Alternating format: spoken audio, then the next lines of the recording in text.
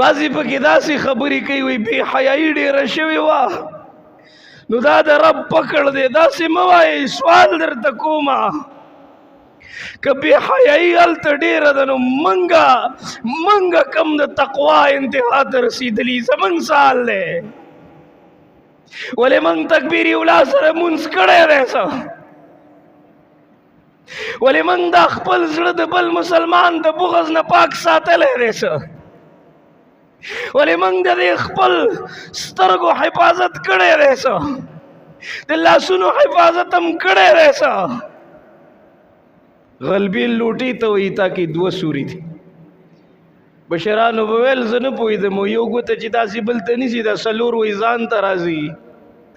اپنے من میں ڈوب کر پا جا سراغ زندگی، په دې خپل ګریوان کې سوچو که پته به ولګي سترګې دې پټې کړي دي، تورې چشمې مچولې دي، بس سره ته په نظر نه راځي.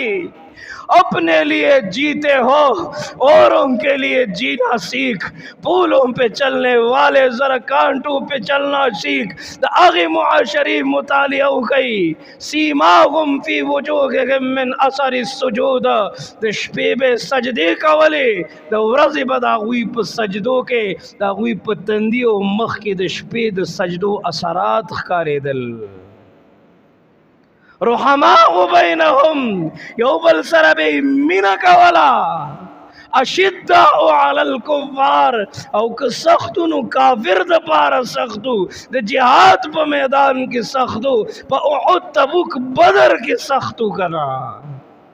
پل مسلمان رور پسی چاڑن ندر آگستے، پناہ حق ندے قتل کرے، گاونڈی تے نقصان و تکلیف ندے رسولے، ولے پوئی دل پا دے خبر کہ محمد رسول اللہ خبر شو چی دخو گاونڈی تے تکلیف رسولے اب خپشی.